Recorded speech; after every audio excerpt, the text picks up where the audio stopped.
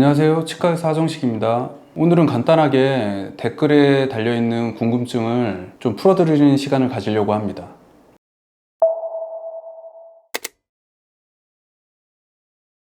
워터픽, 아쿠아픽에 좀 궁금증을 가지시는 분들이 좀 있어서 보통 이제 이 부분의 장단점과 사용법에 대해서 좀 설명을 드릴 건데요.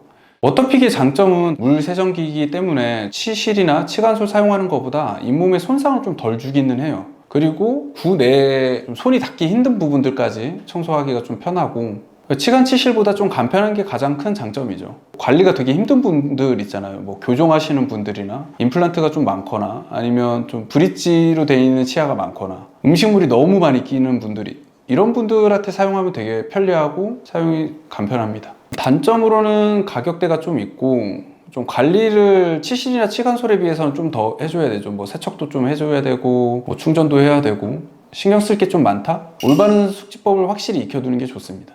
워터픽은 비용적인 측면도 있지만 아무래도 치실보다는 치아 사이에 껴있는 걸 완벽하게 제거하기는 힘들어요. 워터픽은 제가 생각했을 때는 임플란트 브릿지나 뭐 이런 식으로 가짜 치아 밑에 부분에 공간이 있는 부분들을 청소하기가 정말 간편해요. 근데 이 치아 사이사이 껴있는 음식을 이제 물로 빼내려고 하다 보면 이게 수압을 너무 세게 하더라도 잘 안 나오거든요. 이런 경우에서 좀 잇몸에 손상을 입히거나 하기 때문에 사실 치실, 치간, 칫솔, 워터픽 이렇게 골고루 잘 사용하는 게 제가 봤을 때는 가장 좋은 방법인 것 같아요. 워터픽 하나만 쓴다고 해서 다 해결될 수는 없어요. 워터픽은 잘 사용하면 진짜 편리하고 좋지만 제대로 사용 못하면 좀 부작용이 많을 수 있어요. 음식물이나 이런 염증 같은 거를 오히려 더 밀어넣는 상황이 나올 수도 있고, 그리고 되게 문제 없는 부분도 문제를 일으킬 수 있죠. 수압을 너무 세게 해가지고. 그리고 잇몸이 좀 약하신 분들, 자기도 모르게 수압 세게 하다가 더 상처 날 수도 있고, 뭐 여러 가지 문제들이 좀 많이 있죠. 워터픽을 사용함으로써 또 상처가 나서 뭐 2차 감염이나 뭐 세균 감염 뭐 이런 식으로 또 해를 입힐 수 있기 때문에 정확한 사용법을 숙지하는 게 중요합니다.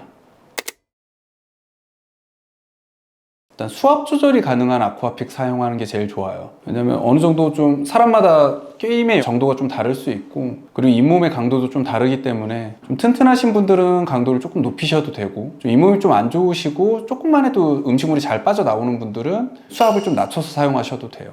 브릿지 사이에 밑에 부분에 공간이 좀 떠 있거나, 아니면 교정하신 분들 와이어 밑에 부분으로 공간이 있는 거, 거기는 치실을 넣을 수가 없잖아요.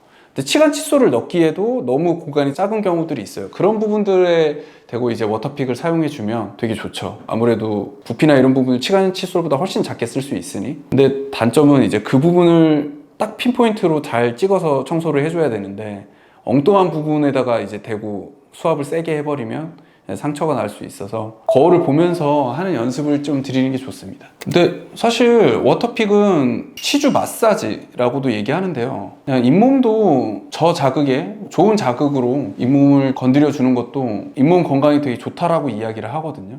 음식물이 뭐 이 치아에만 끼는 게 아니라 잇몸에도 낄 수 있기 때문에 잇몸 마사지는 혈액순환이나 청결적인 면에서 좋습니다. 보통 수술하고 난 직후나 뭐 아직 잇몸이 다 안 아물었을 경우에 칫솔질은 가급적이면 좀 적당히 살살 하시라고 말씀을 드려요. 왜냐면 저희가 뭐 좀 봉합했던 실 부분이 터질 수도 있고, 그리고 뭐 잇몸이 좀 잘 붙다가도 떨어지는 경우들이 있기 때문에 그런 부분들은 이제 의사와 좀 상의 후에 결정하시면 됩니다.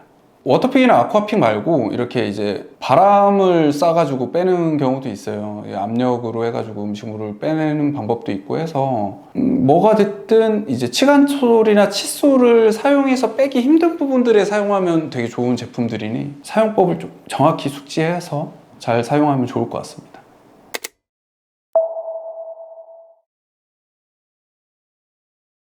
저는 개인적으로 이쑤시개 사용하는 거 진짜 추천드리지 않아요. 저희 어머니도 좀 사용을 많이 하시는데 치간 칫솔 사용하는 게 무조건 좋아요. 무조건. 너무 강도가 세고 잇몸 상처 입히는 경우도 많고, 보통 저희가 치간 칫솔 쓴 다음에 뭐 치아 사이 공간이 넓어지는 경우는 없다라고 말씀드리는데, 제가 봤을 때 이쑤시개는 충분히 가능해요. 강한 압력으로 잇몸을 누르고 하기 때문에 이건 아무리 잘 사용한다고 해도 사용하기 좀 힘들다라고 생각하고, 이쑤시개 사실 종류는 좀 많잖아요. 뭐 녹말도 있고 뭐 한데, 제가 봤을 때 그 뾰족함은 뭘 사용하든 별로 좋은 것 같지는 않습니다.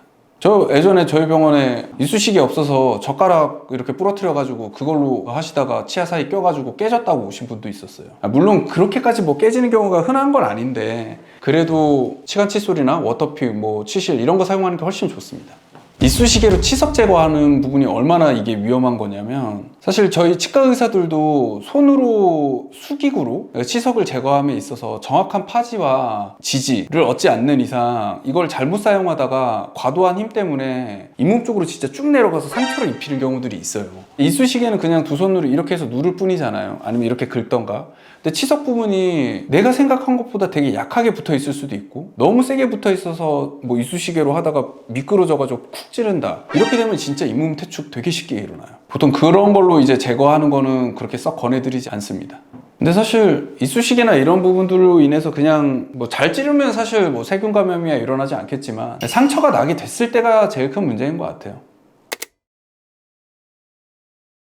저는 사실 잇몸 관리에서 제일 좋은 거는 주기적인 스케일링이라고 생각해요. 근데 보험 때문에 1년에 한 번 정도만 스케일링 받으시는 분들이 좀 있는데 진짜 치석이 잘 끼는 분들도 있거든요. 아무리 관리를 잘한다고 하더라도. 스케일링 비용, 물론 비용이 있긴 하지만 보험이 안 되는 상황에서도 저는 주기적으로 6개월에 한 번씩 이렇게 받는 게 좋은 것 같아요. 좀 심하신 분들은 치과에서도 얘기를 해드릴 거예요. 저희는 그냥 3개월에 한 번씩, 한 번은 스케일링, 한 번은 잇몸 치료 뭐 이런 식으로 번갈아 가면서 치료하기도 하거든요. 훨씬 좋아지세요. 이거는 이쑤시개는 좀 별개로 치간 칫솔을 사용하더라도 치아 사이 공간이 넓어진다, 뭐 스케일링 이후에 내 치아 사이 공간이 되게 넓어졌다 라고 하시는 분들이 좀 있어요. 거의 그럴 확률은 되게 적어요. 원래 자기 잇몸의 높이, 잇몸의 공간이에요. 오히려 치석 때문에 막혀있던 공간이었을 수도 있고 잇몸이 부어서 그 부분을 막아놨던 거일 수도 있어요. 근데 그런 부분들을 내가 청소를 깨끗이 했기 때문에 염증이 줄어들어서 잇몸의 부피가 작아지고 그래서 생기는 이제 치아 사이의 공간인 거예요. 이 부분들은 어느 정도는 공간이 존재해 주는 게 훨씬 좋아요. 이런 것 때문에 잇몸 발음이 새고 뭐 이러진 않아요. 아무래도 스케일링이 치아에 아무런 해를 안 입힌다라고 하기는 힘들 거예요. 근데 그럼에도 불구하고 얻는 득이 훨씬 많기 때문에 스케일링을 하는 게 저는 맞다고 보고, 제일 좋은 거는 사실 스케일링 안 해도 괜찮을 정도의 위생 관리를 해주는 게 정말 중요하죠. 근데 그 부분이 좀 어렵기 때문에 그 스케일링의 힘을 좀 빌려서라도 치아의 건강을 유지하는 건 되게 좋습니다. 이제 저희도 스케일링의 강도를 좀 조정을 할 수가 있어요. 이런 부분들을 조정을 하면서 치석을 제거하기 때문에 치아에 큰 해를 안 끼치기 위해서 저희도 이것저것 신경을 많이 쓰고 있습니다.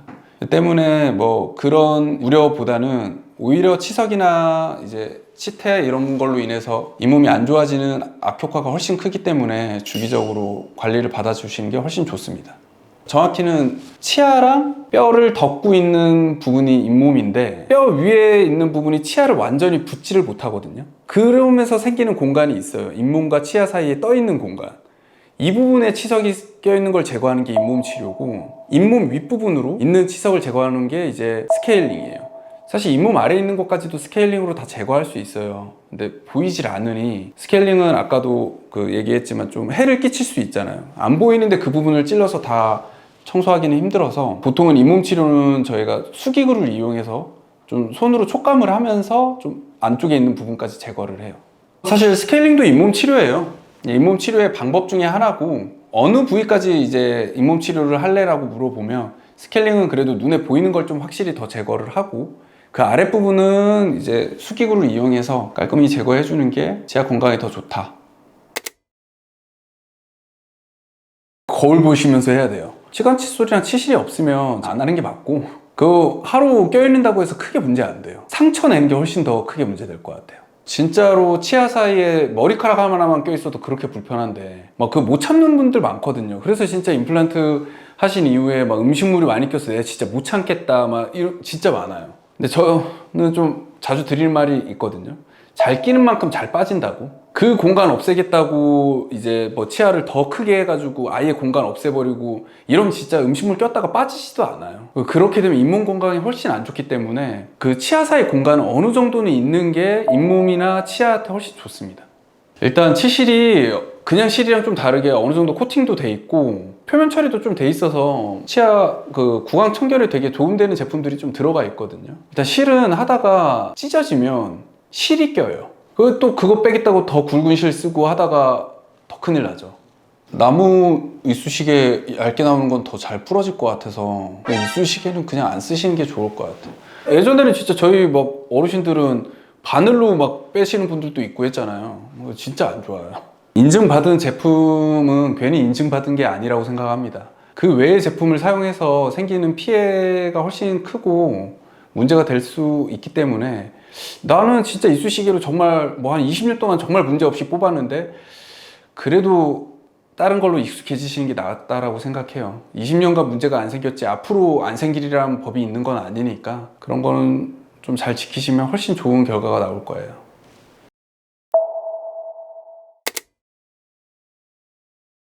이갈이 부분에 대해서 말씀을 좀 주셨는데 보통 모르잖아요. 본인이 이를 가는지 이를 꽉 무는 습관이 있는지 잘 때 옆에 있는 분이 있는 게 아니면 잘 모르는 경우도 있고 좀 연세 든 이후에 치아가 많이 마모가 된 상태에서 오시기도 하죠. 이갈이의 원인에 대해서는 사실 좀 의견이 되게 많을 거예요. 아마 이갈이가 뭐 약간 정서적인 문제가 있을 수도 있고 뭐 그냥 단순히 이 가는 습관이 있는 사람일 수도 있고 이갈이의 원인에 대해서 알기는 좀 힘들어요. 그냥 이갈이의 빈도를 줄이는 게 목표면 보톡스라고 생각하고 아니면 이갈이 자체를 좀 없애고 싶다면 스플린트도 괜찮죠. 왜냐면 진짜 치아를 잡아주는 상태에서 자기 때문에 이를 갈 수가 없어요.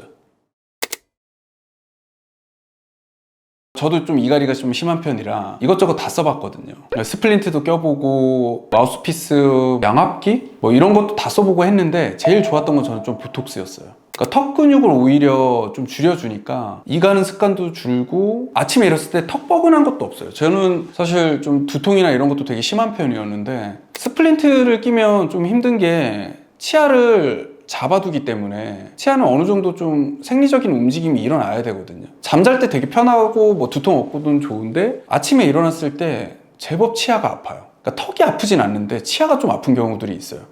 제일 안 좋은 거는 이제 저도 예전에 멋 모를 때는 기성용 마우스피스 제품들 있잖아요. 이건 진짜 쓰시면 안 돼요. 왜냐면 내 치아에 맞춰서 만들어진 것들이 아니어서 치아에 되게 유해해요. 이제 잘못된 습관으로 잇몸 안 좋아지게 할 수 있는 정도의 강도를 가지고 있어서 만드시려면 이제 스플린트를 제대로 만들 수 있는 병원에 가서 만드는 게 맞고 저는 이제 스플린트도 껴보고 보톡스도 맞아본 입장에서 조금 더 보톡스가 저한테는 맞았어요. 근데 단점은 이제 보톡스를 쓰다 보면 주기적으로 좀 계속 맞아야 되고 턱 근육이 약해지기 때문에 씹는 힘이 진짜 약해져요. 고기나 이런 거 조금만 좀 질긴 거 오래 씹으면 턱이 좀 뻐근하고 우리한 느낌은 좀 나죠. 근데 뭐든 이제 정말 얻는 게 있으면 잃는 것도 있는 법이니 잘 선택하시는 게 좋을 것 같아요. 자기하고 잘 맞는 걸. 어떤 분은 되게 스플린트 좋아하세요. 왜냐면 무는 강도도 그대로 유지가 되면서 사용하기 때문에 잘 고려하시면 좋을 것 같습니다. 제가 봤을 때는 비슷해요. 크게 저는 차이를 못 느끼겠어요. 그냥 많이 경험이 있는 분들이 더 잘하실 거예요. 치과에서보다는 보통 성형외과에서 좀 보톡스, 사각턱 보톡스 뭐 여러 가지 보톡스 종류가 있더라고요. 근데 사실 치과는 이제 미용 목적이 아니라 치료 목적이니까 맞았을 때 이제 턱 근육 뭐 여기가 가름해지는 효과보다는 다른 효과를 좀 노리고 시술을 하지만 결과는 비슷한 것 같아요. 근데 성형외과 의사 선생님들도 이제 이갈이 때문에 맞으러 오시는 분들이 제법 있다고 하시더라고요.